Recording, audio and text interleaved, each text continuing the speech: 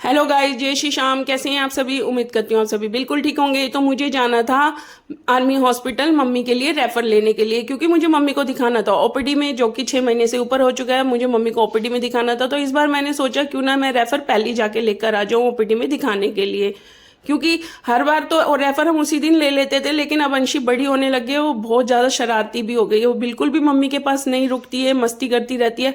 तो मैंने सोचा इस बार पहले जाके मैं रेफर ले आऊंगी। तो मैंने पहले पकड़ ली थी अपने घर के मेट्रो स्टेशन से मेट्रो, जो कि मेरे को दिल्ली हाट उसने उतार दिया था। फिर वहां से मैंने पिंक लाइन पकड़ी और मैं सीधा चल पड़ी दिल्ली कैंट की तरफ।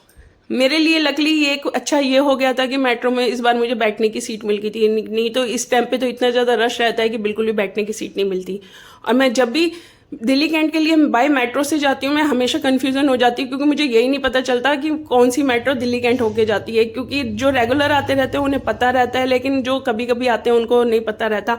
लेकिन इस बार मैं लकली बिल्कुल सही मेट्रो में बैठ गई थी और मैं यहाँ पे उतर चुकी थी दिल्ली कैंट। दिल्ली कैंट उतर के मैं यहाँ से बाय वॉक करते हुए नीचे चली गई थी।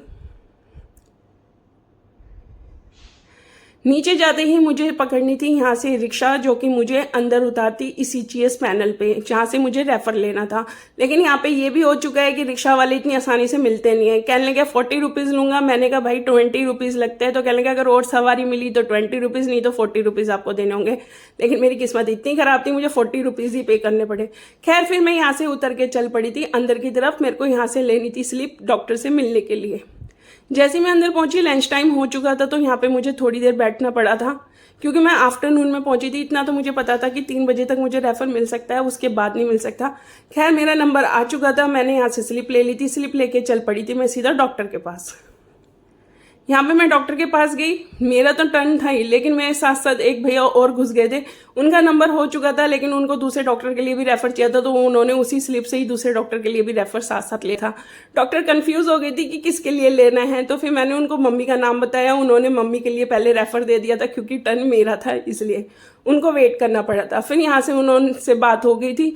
उन्होंने कहा कि अभी मत आना, अभी छुट्टी है, मंडे या फ्राइडे को ही आना, क्योंकि डॉक्टर का डेज वो होता है। वैसे तो मुझे पता है, लेकिन डॉक्टर हमेशा बताती भी है कि डेज कौन सा होता है। फिर यहाँ से मैं चल पड़ी थी स्लिप लेने के लिए, जहाँ से मुझे स्लिप लेनी थी रेफर के लिए। जैसे ही मैं वहां पे गई, काफी ज्यादा भीड़ थी, क्योंकि यहाँ पे प्रिंटर खराब हो चुका था। मैं साइड में खड़ी होकर अपनी बारी का वेट कर रही थी। फिर उन्होंने सर ने किसी को बुलाया, वो प्रिंटर ठीक कराया और फटाफट रेफर सबको देना शुरू कर दिया।